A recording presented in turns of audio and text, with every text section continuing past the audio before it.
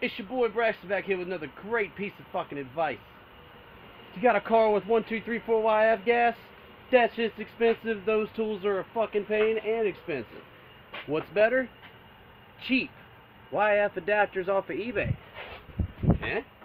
Yeah. Now you don't want to buy the gas. It's like $800 damn for a cylinder of it. The big cylinder. This one's got the gas in it, but I need to take these lines off. So what do? Well, I can't put it there because I've got my 134A in there. But what I can put it in are these. How could I put them in? Well, because they're self-sealing cans now, thanks to the liberals in the EPA, because they don't want them just leaking out, which means I can pump gas directly in them with that unit. Now there's a trick to this. The can itself can only hold but so much PSI, but they can hold 12 ounces. Initially, the pressure is going to rise a lot. But then you take that can while you're pumping it in there and drop it in a cooler of ice water, you'll see the pressure come right down. Now, we're going to recover the YF with this here recovery unit. We have 1.125 pounds in here, which is roughly 2.5 cans. And if you look, this can, 12 ounce can. What we're going to do, got our adapters hooked up. First thing, alright, we can see that we've got pressure on the system. Now, I don't want to have any contamination, so what I'm going to do is go ahead and pressurize this line. We're going to open each valve where the hose comes out to our recovery tank. Now, again, we cannot get all of this into this tank. We're going to have to do 2 or 3. First things first, just enough to hear some noise to get any oxygen or regular air out of there. Go ahead and engage the cylinder.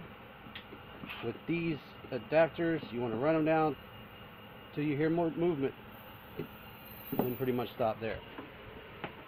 Now this can was in a vacuum, that's why you heard something to begin with. Now we have a cooler that I'm going to use as a cooler, because this can will get hot and the pressure will rise too rapidly. I'll show you. First flip on the power.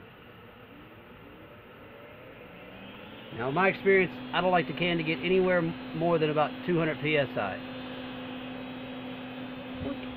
So, right about the time it's going to get here, I'm going to drop this in the water and you'll see it go down. Oh, first, we should open up our valves again. You can see that rise, can in water, boom. She's going to have to hold it down. But you're going to want to regulate this valve on and off. If the pressure gets too high, give it a second to cool. Let some more in.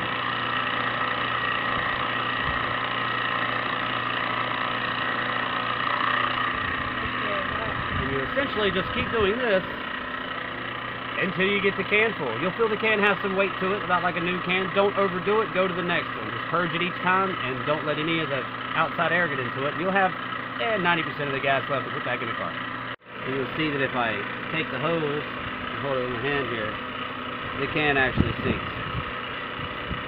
So now I'm going to stop putting gas in it, because no one wants it to explode. Again, I never let it go above 200. I cut the gas flow off, wait for the can to cool down, and then pump a little more in. Gas on, gas off, shake can in the water, pressure drop.